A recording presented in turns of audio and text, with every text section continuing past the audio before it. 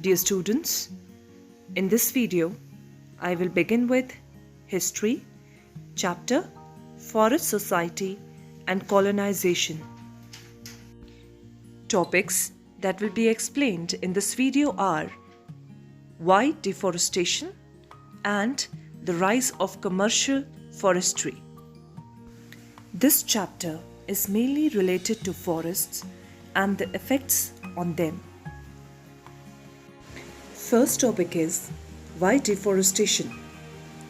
The disappearance of forests is referred to as deforestation.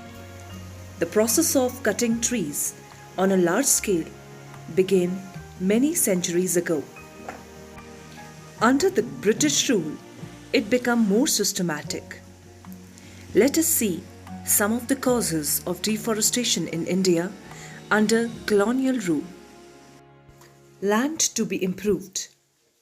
Over the centuries, as the population grew and the demand for food went up, peasants started clearing forest and extended the boundaries of cultivation. The British encouraged the production of commercial crops like jute, sugar, wheat and cotton.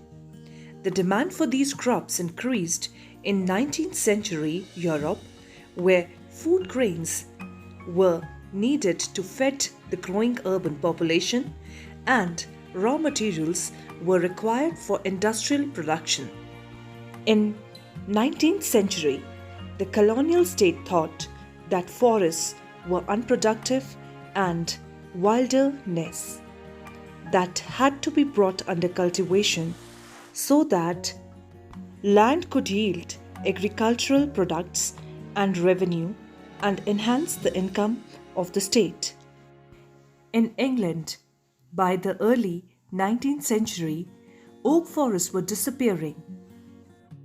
This created a problem of timber supply for the Royal Navy.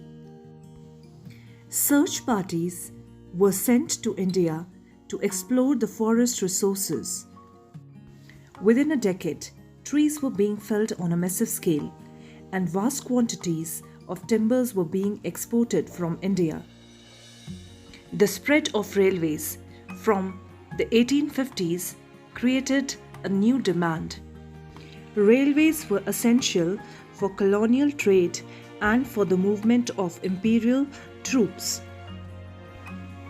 To run locomotives, wood was needed as fuel, and to lay railway lines, slippers were essential to hold the tracks together.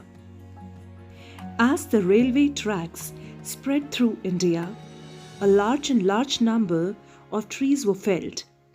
The government gave out contracts to individuals to supply the required quantities. These contractors began cutting trees indiscriminately. Large areas of natural forests were also cleared to make way for tea, coffee, and rubber plantations to meet European growing needs for these commodities. Next topic is the rise of commercial forestry. The British were worried that reckless use of trees by the traders and the use of forests by local people would destroy forests. So they decided to invite a German expert, Dietrich Brandis, for advice and made him the first Inspector General of Forests in India.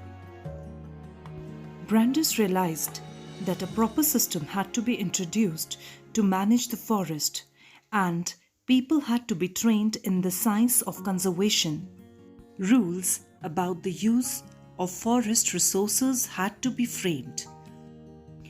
Brandis set up the Indian Forest Services in 1864 and helped formulate the Indian Forest Act of 1865. In 1906, under his leadership, the Imperial Forest Research Institute was established. The institute taught scientific forestry there. In scientific forestry, natural forests which had different types of trees, were cut down, and in their place, one type of trees were planted in straight rows. This was called a plantation. A fixed number of trees were cut and replanted, so they could be cut after some year. After the Forest Act was enacted in 1865, it was amended twice, once in 1878 and then in 1927. The 1878 Act divided forests into three categories: reserved, protected, and village forests. How were the lives of people affected? In forest area, people use forest products, fruits, vegetables, medicines, fuel, etc.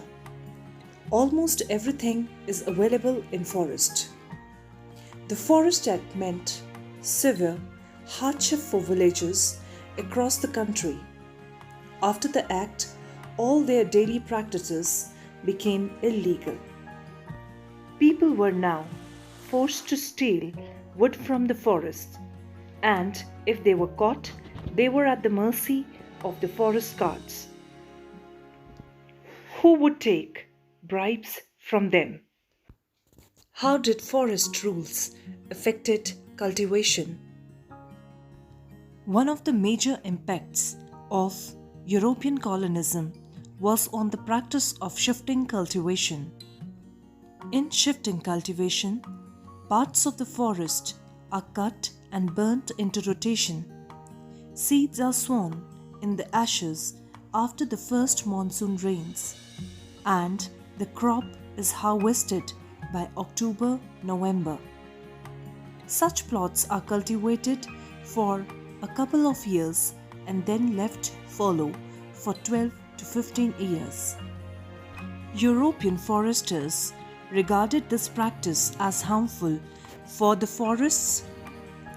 Therefore, they decided to ban shifting cultivation.